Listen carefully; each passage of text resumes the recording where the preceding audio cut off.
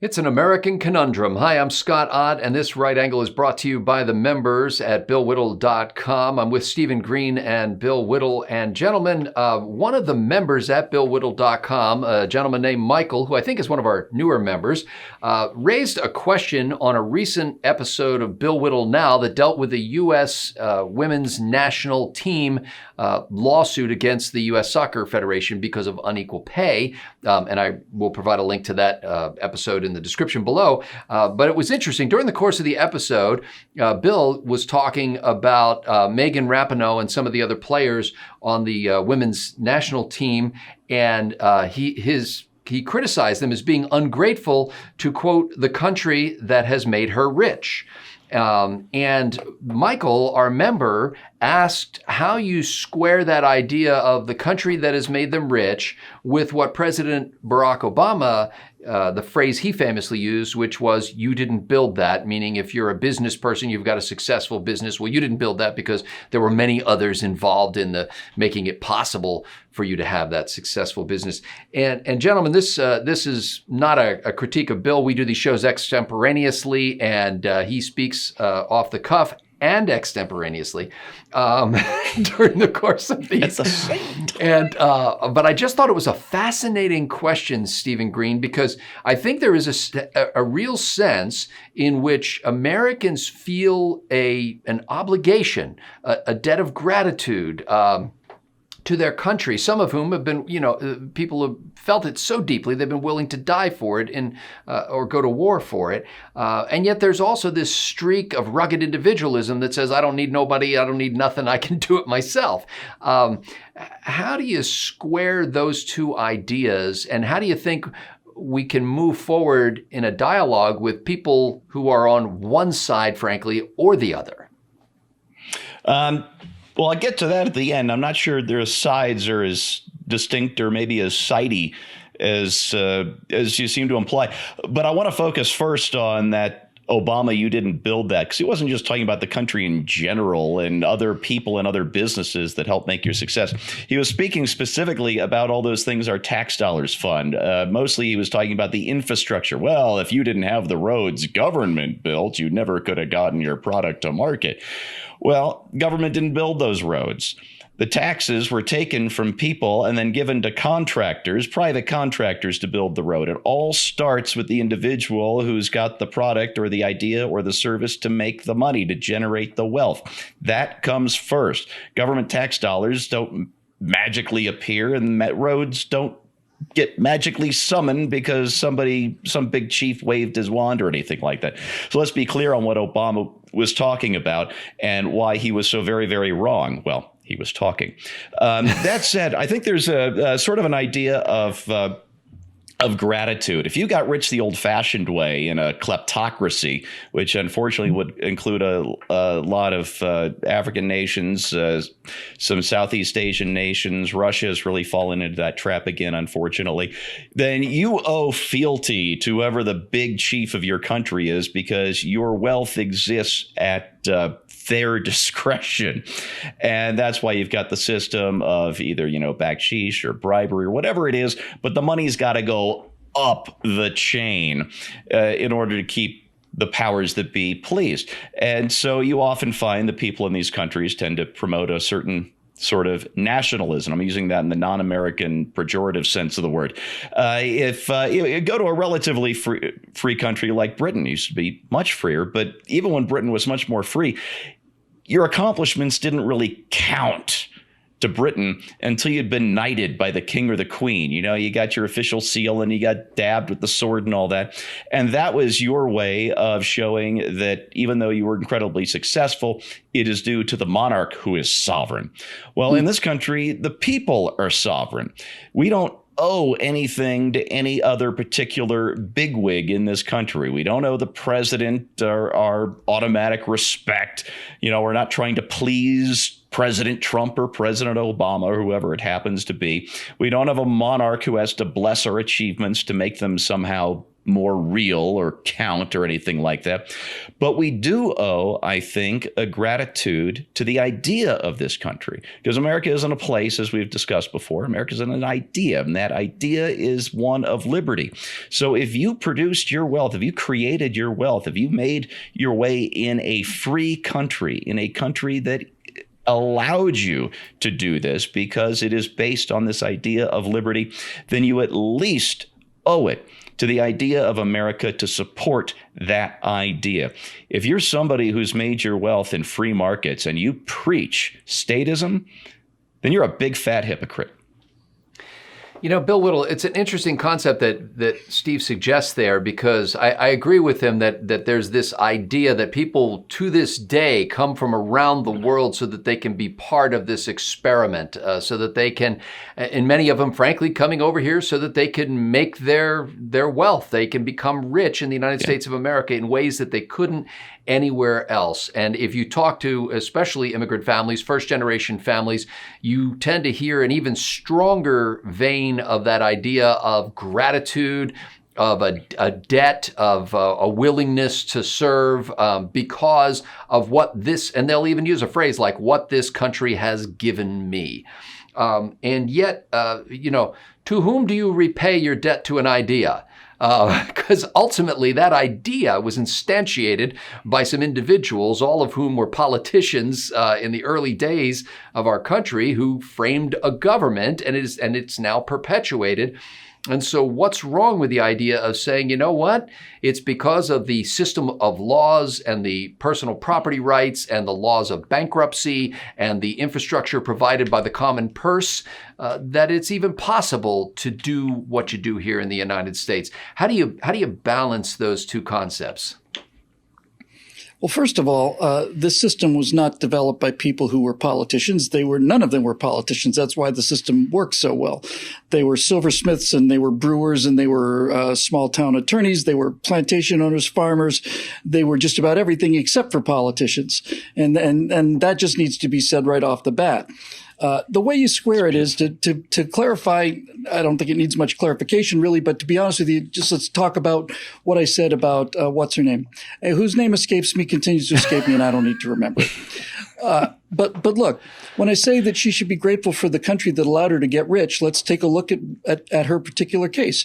If she had been playing for a soccer team in a socialist country, let's say she was playing for the Chinese women's soccer team, she would be given the same basic treatment as everybody else. She wouldn't be getting rich off of it, certainly.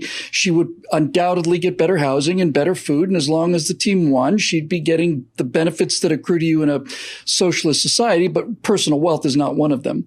If she were to be a member of a team for which there was no socialist thing but was poorer than this country, then there simply wouldn't be the resources for her to get rich. If she'd been on the national soccer team of Ghana, let's say, or Uzbekistan, she maybe could have done as well as they could have in a market like that, and maybe she would have had free market benefits to make as much money as possible, but she certainly wouldn't be getting rich because there's not that much abundance of wealth in places like that.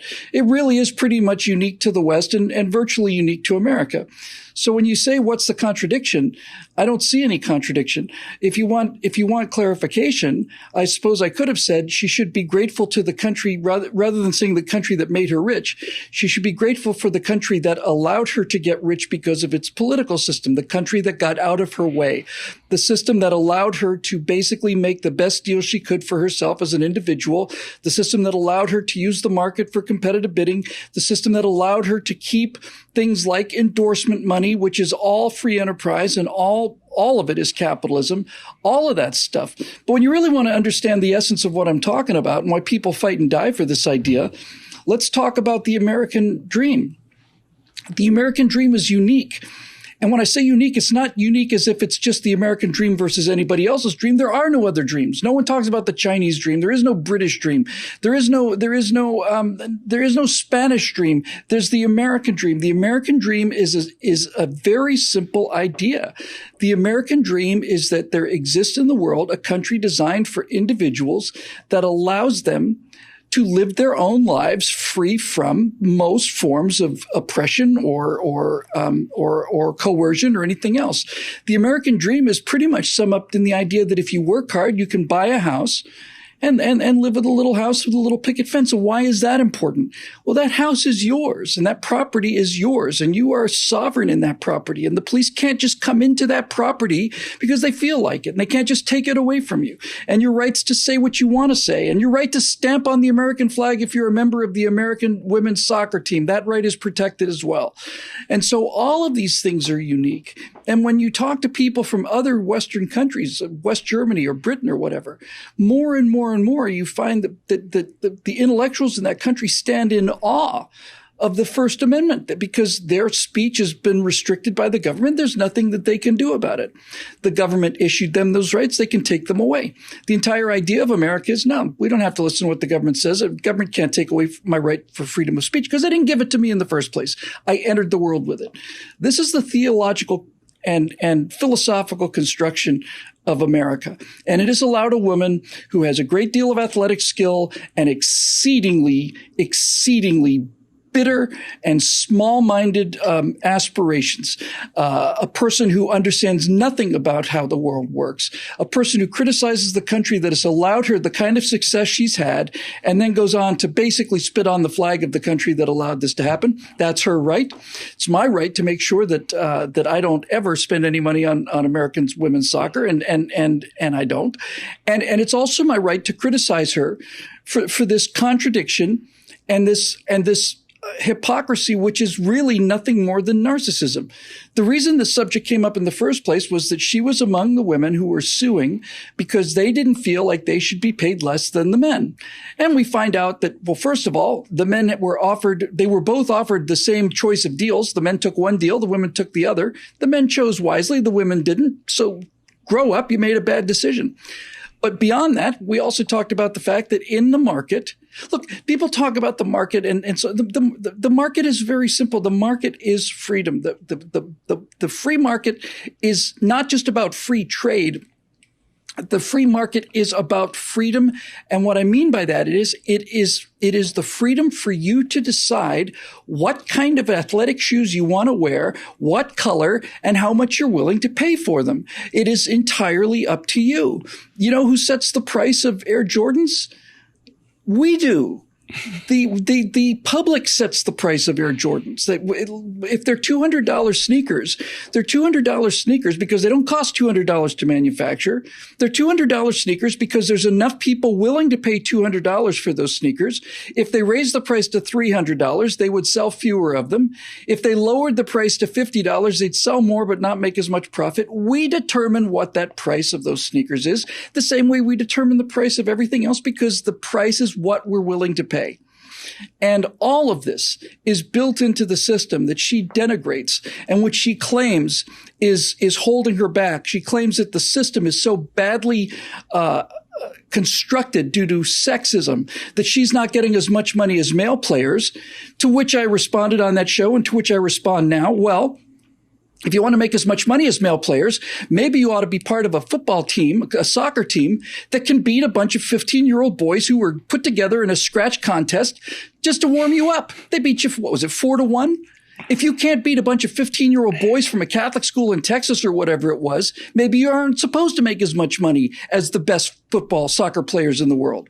And this is the part that absolutely makes me so angry, is that she has become extremely wealthy as a result of her endorsements and as a result of all of the benefits that have accrued to her as a result of playing on the soccer team of this country. She didn't play for Manchester United, or Birmingham United, meaning Birmingham, Alabama. She played for the American women's team. She represented this country. And as a result of that, she was given a number of extremely lucrative endorsements that are a result of this system, which she then goes and basically spits on.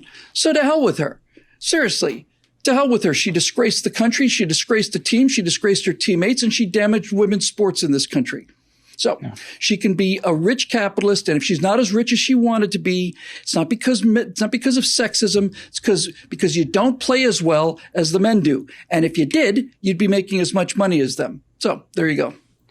I don't know if there's any way to thread this needle. I mean, on the one hand, you have this idea that the government has done some things for us. And on the other hand, you have the idea that individual initiative is really the drive that keeps this economy going. It struck me throughout the conversation about this and my thinking about it beforehand. And again, thanks to our member, Michael, for proposing this question, that President Obama was in a sense correct because there was a framework available, there was an infrastructure available to be able to do what an individual small business person would do, for example.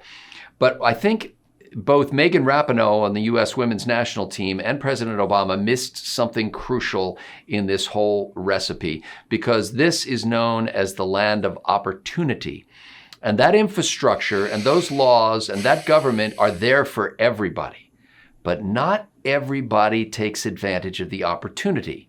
So when you say you didn't build that, he really just unnecessarily ticked off a bunch of small business people, when what he could have done is recognize the initiative of somebody who saw the lay of the land, so to speak, who saw the circumstances into which he was born and said, what can I do to maximize happiness in this setting?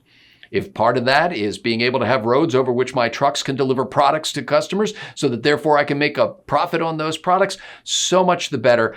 I'm grateful that the roads were there. And I don't think there's anything wrong with saying I'm grateful that my fellow citizens helped to provide the roads, as did I, that are there to make this possible. I'm grateful for people who are willing to serve in government. Frankly, I've done a very small bit of that myself, and it's a miserable mess a lot of times. There are many things about it that are great because you get to meet people that you wouldn't have otherwise met, but you also see some of the worst parts of human nature. And I guess I would wrap this all together in saying that the reason why you can say something like somebody's being ungrateful for what this country gave them is because the people who framed the Constitution and the people who framed the Declaration of Independence and our form of government, both initially and over time, really weren't inventing something. In essence, it was like there was already the framework in the air and they just kind of sprinkled powder on it and the powder stuck to it. And they said, oh, look at that framework. That's nice, because you know what that is? It's really just how people are. We're just recognizing human nature, and we're recognizing the blessings that we've received. We're recognizing the brokenness of humanity, and we are trying to set up a system where we can acknowledge the world the way it is and do so in a way that maximizes individual happiness. And that individual happiness is somewhat dependent upon the cooperative nature of society. Unless you're going to live out in the woods all by yourself and off the grid, you're going to be working and rubbing shoulders with other people. So I guess part of me wants to be idealistic enough to say we can have both. We can be grateful for what we've been given, so to speak. I mean, I can't imagine being born in any other country in the world. I am so grateful for the heritage that's been handed down to me. And I know that I enjoy many benefits as a result of that. On the other hand, anything that I've been able to achieve in this life is not due solely to the hand that I was played, but to the way I played the hand as well. And if you can get a hold of both of those ideas and hold them in a dynamic tension with each other, I think you'll find that the secret of happiness is really a spirit of gratitude. And ultimately, my gratitude to the God whose laws our framers recognized in the creation of this Republic of Liberty. For Stephen Green and Bill Whittle, I'm Scott Ott. Thanks for the members at BillWhittle.com for making this possible.